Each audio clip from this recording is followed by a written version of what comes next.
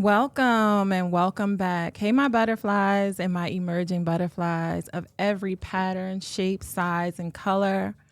I am Zakia, aka Emer.GenZ. Every Thursday at 5 p.m. Pacific Standard Time, you can find me here at Vegas Hype Media having an uncomfortable conversation. Uncomfortable Conversations is a vulnerable and transparent conversation. Over the next 30 minutes, I will have an authentic conversation that allows us to emerge from a place of ignorance into a place of understanding with compassion, empathy, and respect. First, I want to start by acknowledging some of my newest butterflies that subscribed last week. And they are, I hear some feedback. What does that mean? That might be. I think so. So I have Get Blessed. Thank you for subscribing. Renaissance Catering. Hiron Shaw. I also have Latifa, Annalise Castor, Bill Dover. Thank you guys so much for joining the Butterfly Squad. I have a Chastity Issar and Lydia Lamar. Thank you. Thank you guys all so much for joining the Butterflies and subscribing. I also want to encourage those of you that are joining me for the first time here on Uncomfortable Conversation. I want you to like and subscribe so that I can thank you and welcome you next week as well. You can also follow me on TikTok and Instagram at UC Salaam. That's UCSALAAM.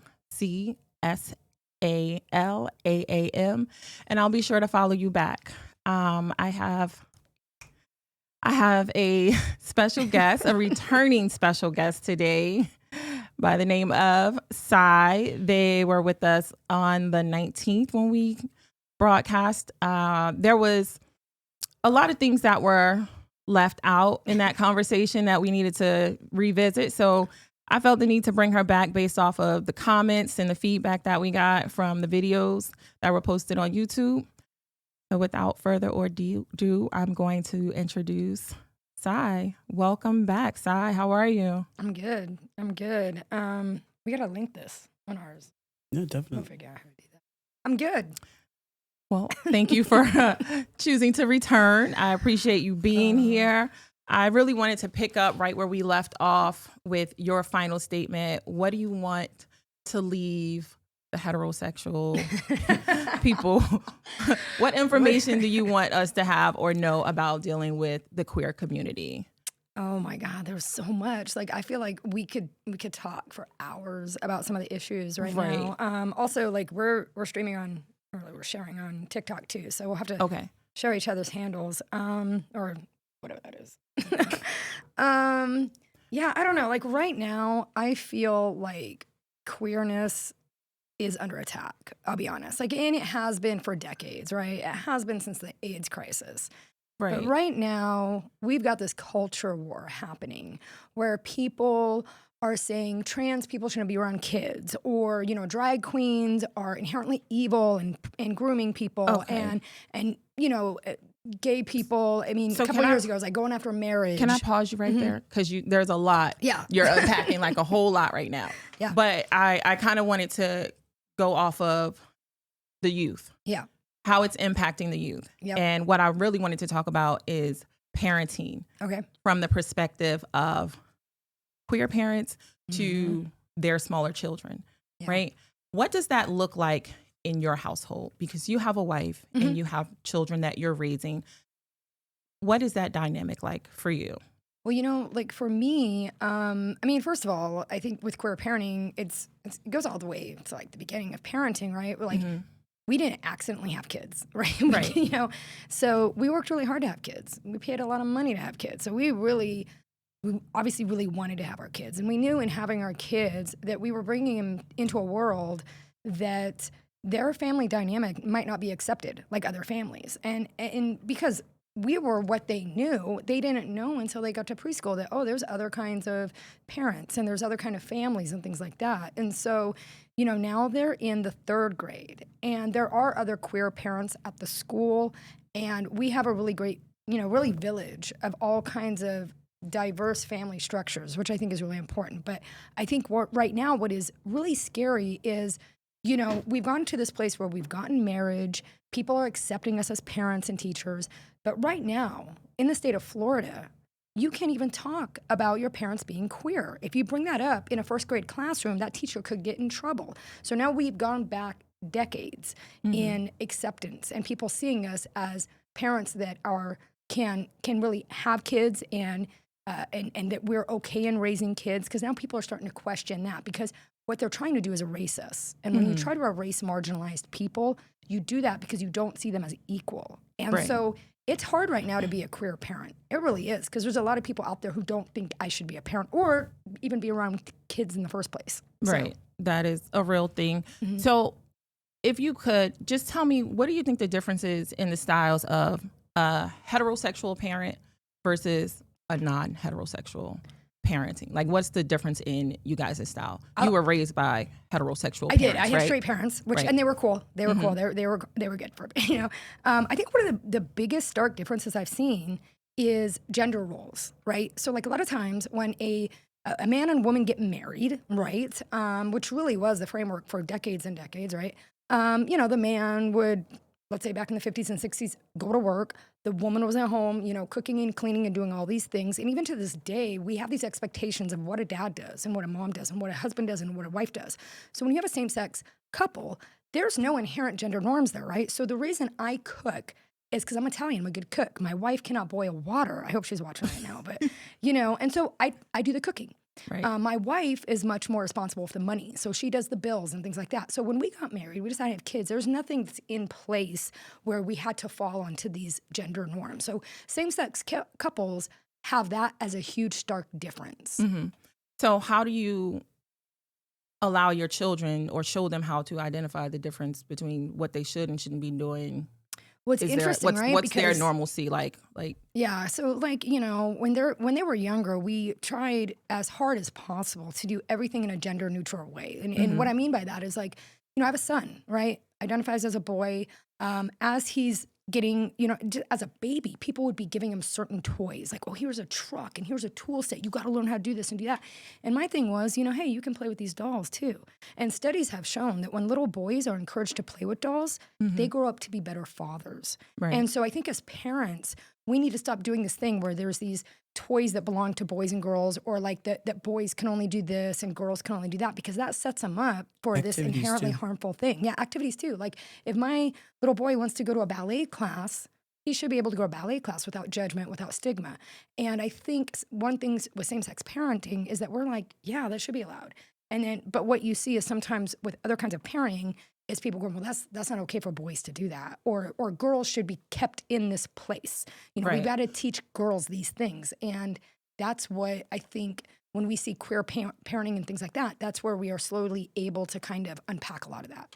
So, do you think there is an importance in men raising boys and women raising girls? What's interesting, so that is something a lot of people say. It's like, oh, you've got to have a male figure in your life. I will tell you this, that my son has a lot of male figures in his life. Now, some of them are gay, some of them are straight, some of them are super masculine, some of them are super feminine. I don't think that inherently makes a child better growing up, because that same argument could be used for single parents. If you're a single mom and the dad isn't in the picture for whatever reason, we don't say, oh, that kid's got to learn from a man how to do these things. Now, granted, there are some things that I do not know about, right? Because for example, I don't have I don't know what I can say on air here, but I don't have this. Say it all. So I don't have the same genitalia, right? So if my son has an issue with his genitalia, I'm going to reach out to maybe like a family member who does have that and go, look, I don't know anything about this because I don't have that, but I know how to reach out, just in the same way that a single parent who maybe doesn't have that person reaches out to an uncle or a grandparent or someone like that. There's always someone. We have a huge village of people around us. So my son is not lacking in any kind of masculine, help. Same thing with my daughter. If she wants information about having her period, we can talk about those things. And it's not a limitation of the sex of the parent. It's really just bringing in people. That's why we say it takes a village. Right. So also there's a lot of people that are not included in the queer community for whatever reason. They stay on the outskirts of it and don't really engage and don't have the same support that you have. What would be your words of wisdom or encouragement to them that are raising children on their own and don't have the male, for lack of a better word, figure? I think that one of the great things about the queer community is we have this concept of chosen family. And so what that is, for a lot of us, if we were not, I was very fortunate to have very really supportive parents who were great with me. But for many young LGBTQ folks in our community, they're kicked out. They don't have that family they're born into. So we bring them into our family. Whether it's, when you're younger, if you're homeless, you find other LGBTQ folks that you can consider like that mother role and that father role. And that actually goes back to ballroom culture, back to Harlem Renaissance in the 20s when we saw chosen family happening in that way in the queer community. So, for a lot of us, we seek out people who support us and affirm us and teach us and nurture us outside of the, biological family that we are born into. And so, in the same ways that a single parent, for whatever reason might feel isolated and not feel like they have that support, they reach out in however that looks like and find folks who can support them. And we do the same exact thing. Okay. So what would you say to your little boy if he comes to you and says he is feeling like a girl now and he wants to start doing more feminine things? Yeah. So, one of the things is that, as a parent, I unconditionally support my child. No matter what, I support my child. And especially in things where I know the world is going to be against them, and something like gender identity or, things like that. It's about listening to your kid. And you might not fully understand it. I know, a lot of us, this is not in the parenting handbook. Our kids come to us with things sometimes where we're like, oh man, I'm not ready I don't know about this, Right. And I think at that point, when your child comes to you with something like that, you reach out to folks, reach out to organizations, reach out to the local gay and lesbian center, read some books. There's a lot of really great books out there for families and young people, and, affirm them right away. In the back of your mind, you might think, Right. I don't know what to do about this, but you know what? I love you. No matter what, I love you, and I'm going to learn more, and I'm going to be your biggest defender. Because when a kid comes to you with something like that, a lot of times they already know the world's against them. They already know their friends or their teachers. They've already seen messaging on TV and in films and things like that. When they disclose something like that, the best thing you can do as a parent is give them a big old hug and say, you know what? I am here for you. I got you. So we discussed previously in the episode, you and I, you expressed how excited you were about your breasts being cut off and removed, and like it brought tears to you, right? Yeah. So your child comes to you at 14 and tells you he doesn't want to be a boy. He wants to be a girl, and he's ready for the change. How do you address that? So, at 14, when we're talking about gender affirming healthcare for young people, we're talking about therapy. We're talking about social transitioning, which is like, maybe, looking at different names, pronouns, things like that.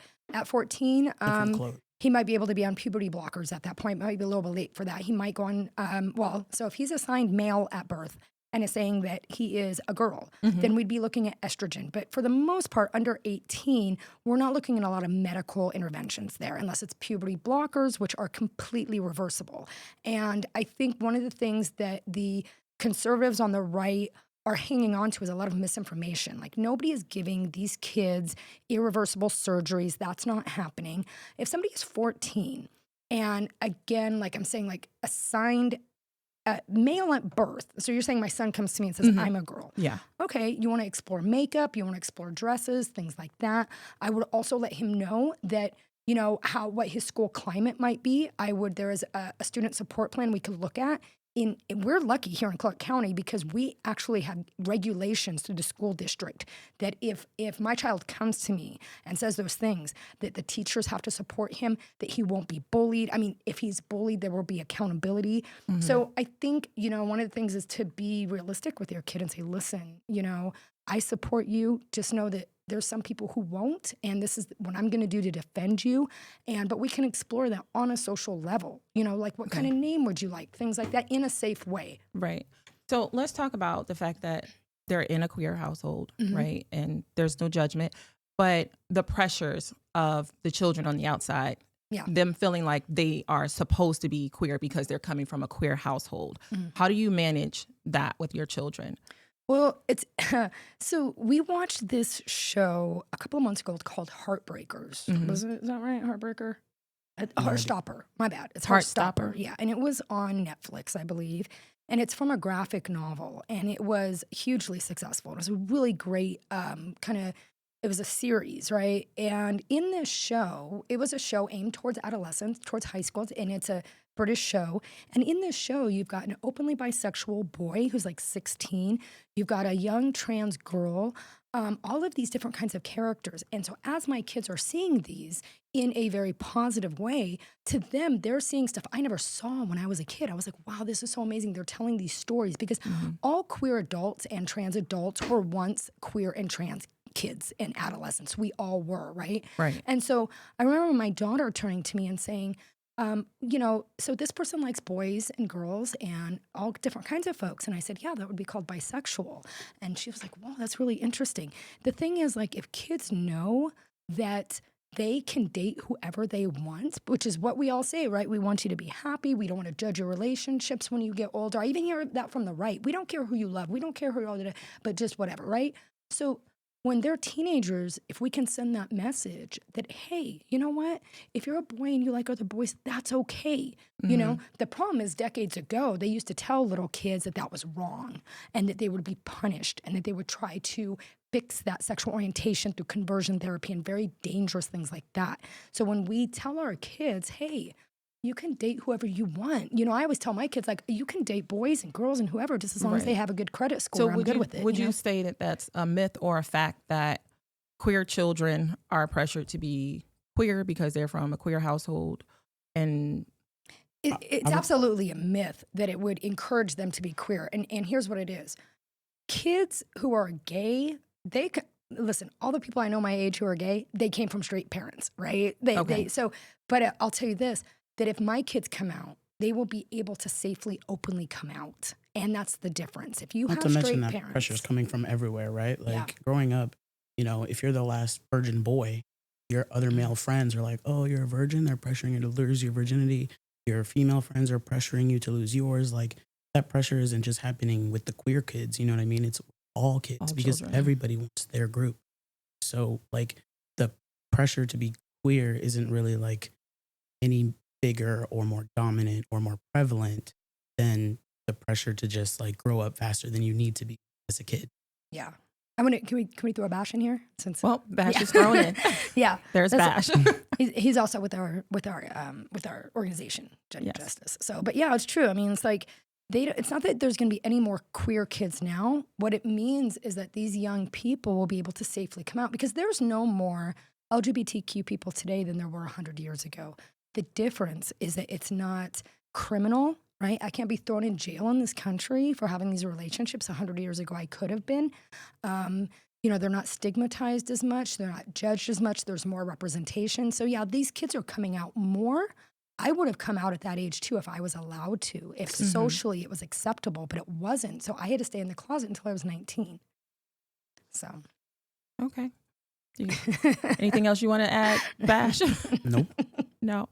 Okay. So essentially what you guys are saying is that it's okay to be a queer parent. You're good with doing it and you don't feel like your children will have any issues figuring out if they are male or female, and you're not assigning gender currently. You're just letting them. It's letting them know that it's okay. You know what I'm saying? And it's that's what it is with kids, is that if the world tells them what they are is wrong or abnormal or evil or all of those things, you know, goes against social and all these things, then they'll be afraid to authentically be themselves. And what I've always told my kids is you can be whatever you want. You can love whoever you want. You can identify however you want. I will support you. And, you know, as a parent, though, you know, I'm also scared for them, but I'm scared for them for a lot of things. You know, my kids are in a lot of ways, there's other things that that kids can pick on them for. So I'm always scared for my kids. But part of being a parent is just always worried about how your kid is going to be and how the world is going to see them. Okay. Excuse me. So I have a question about the cartoons that our children are watching. So recently in the Buzz Lightyear or the Toy Story, they transitioned Buzz Lightyear into a same-sex relationship. Well, he kissed a man, Are you familiar with that? Did you see that? There was a same-sex couple on the latest Toy Story 4. I do remember that. And it was a blip in the whole thing. It really was. It was such a, we call that breadcrumbs of representation. Like they give us literally a half a second. And that's what it was. It was these parents kissing. And it was very innocuous, just like, you know, what you would see in any other cartoon between like Prince Charming and Snow White. It was like that, right? Mm-hmm. And what that was, you know, we've never had that. We really haven't. And I remember as a kid seeing so much straightness in media that the first time I really saw like a gay couple, I was like, oh my God, is that a unicorn? You know, when we know that there are plenty of us out there. So them, you know, putting these into Disney films, Marvel films, anything like that is a really good thing because canonically, a lot of these characters are queer. Wonder Woman is queer. Deadpool is queer. And what is that what is that based off of? Canonically, when they wrote these characters, Wonder Woman is bisexual. Always has been, always will be. Okay, I don't know those. Yeah. I don't know comics or anything. So Deadpool's pansexual. You know, these characters, Harley Quinn is bisexual. The problem is what happens is they straight wash these characters. So when you see them, you know, when you see Deadpool, when you see the films, Deadpool films, you go, oh, well, he must be straight because he's got a girlfriend. But if you read the comics and you know that character, Deadpool is very queer. So what we're trying to do is take these characters, and we're not trying to shove anything down anybody's throat. We're not going to try. What we're doing is normalizing it. Because in Toy Story, you've got a lot of parents, right? You've got all these parents. Statistically, one of them is going to be queer. And if we can show one of them holding hands with each other or kissing each other, then all of a sudden, those kids of queer parents won't feel so alone. They'll go, oh my God, I'm watching this Pixar movie, and there's gay parents like I've got. And I remember watching that with my kids and crying. Because I thought, oh my gosh, my kids finally see in a film people like them. And I think it's true with any marginalized group. When we see ourselves reflected in media, it validates us. It makes us feel like, you know, we're okay. But it's this constant wanting to erase us out of that. And people get, you know, so upset about seeing that. Why are you upset about it? What would you say to people that feel like that's going to force other children to be gay? Like seeing that another little boy is going to be pressured to kiss another young man. I would say growing up, all I saw was straight people kissing. Mm-hmm. That's all I saw. It didn't make me want to be straight. You know, when you see something like that, even as a kid, you know, the way psychology, the way kids' brains works, they don't go, oh my God, that looks so cool, I'm going to do it. That's not kind of what happens. What it shows them is it's okay if they want to do it, or if they're having those feelings, it's okay. It doesn't turn anyone gay. You know, it's not one of those things where we're advertising and we're like, hey, we need, you know, come on. It's not a recruitment tool by any means. It's really just normalizing it and putting it into media, just like we would, with any other marginalized group. You know, I mean, I think about the other things that Disney is doing, not just on the LGBTQ front, but I'm thinking about the latest version, the latest Little Mermaid movie, right? Mm-hmm. Where this Little Mermaid is Black.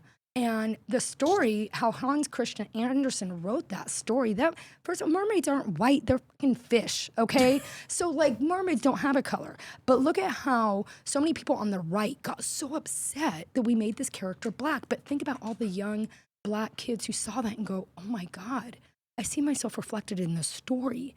And, you know, crying and going, wow, this is so beautiful. The people who are upset about it, those are people who uphold white supremacy, who uphold heteronormativity, all of those things, because they think all of a sudden they're going to be erased just because we're making it a little bit more diverse. And expanding it to everybody. But my kid's seeing a Black Little Mermaid, my kid's not going to go, boy, I want to be Black now. Like, that's not how that works, you know? And what it does is it tells those marginalized kids they're okay. They see themselves reflected in that.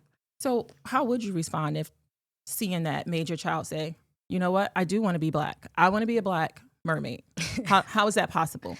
I've never heard that. I've never encountered it.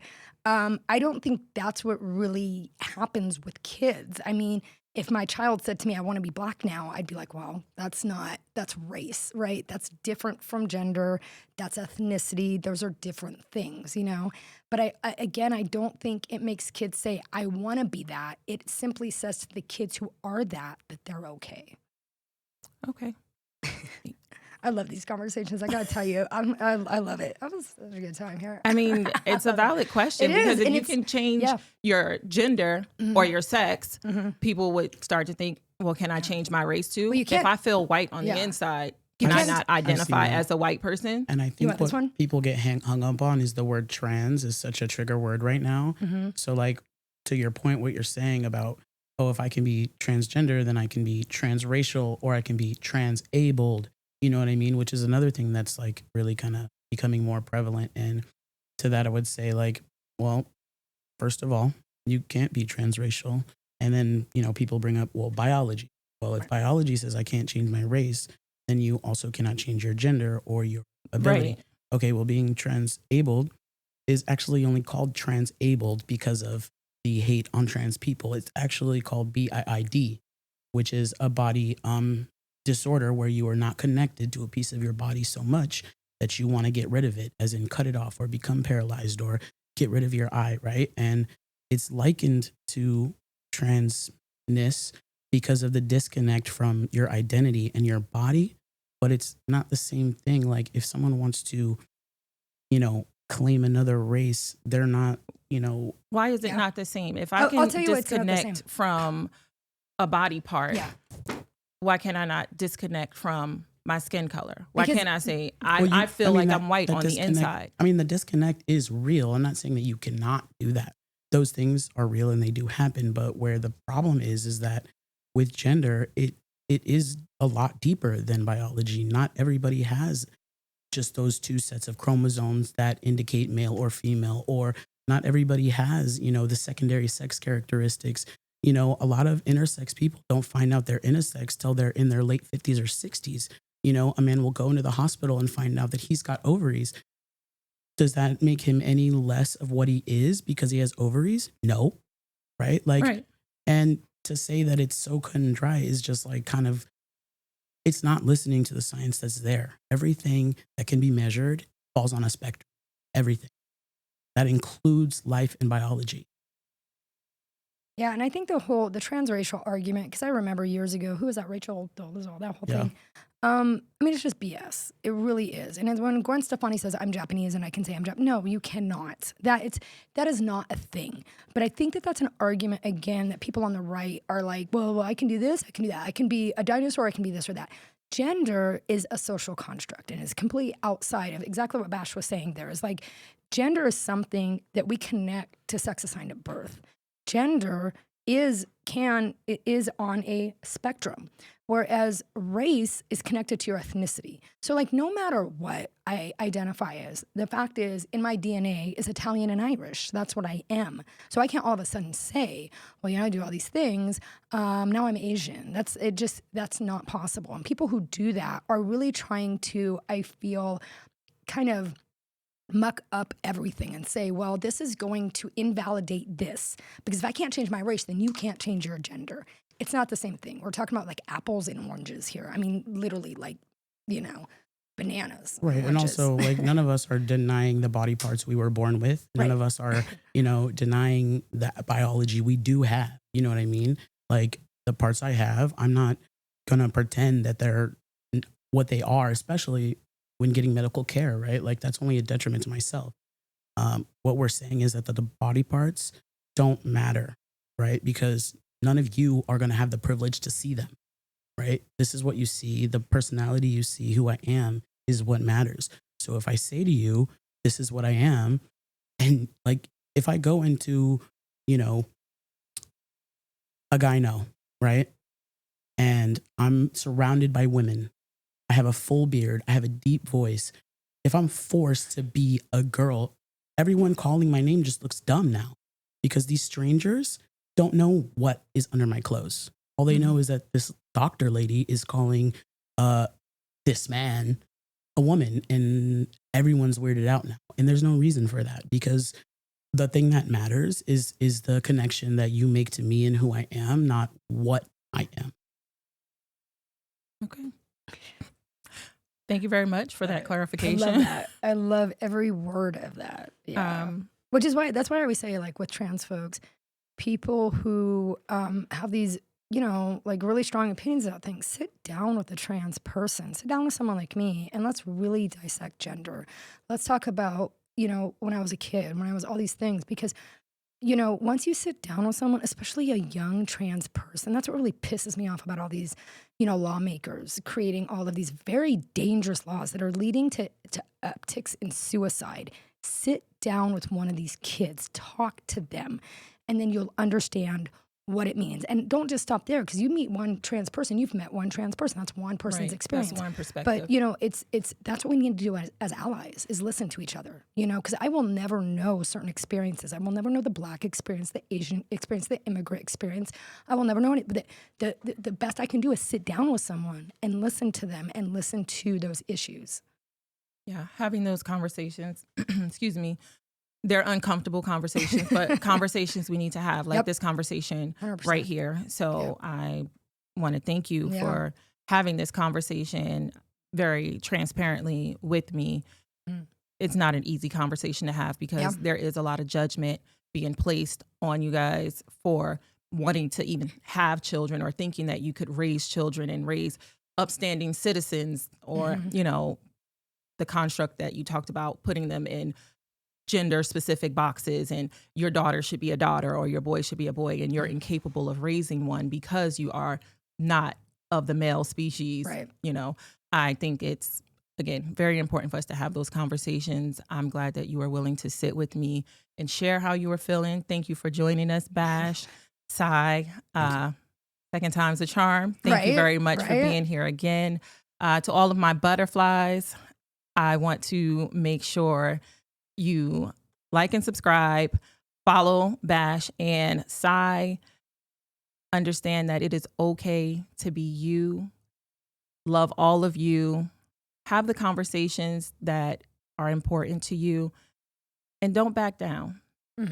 I want to thank my studio engineer, Juan59. We are here at Vegas Hype Media. My apologies. Vegas Hype Media. And that is all for us this time, butterflies. I'm Emer.GenZ.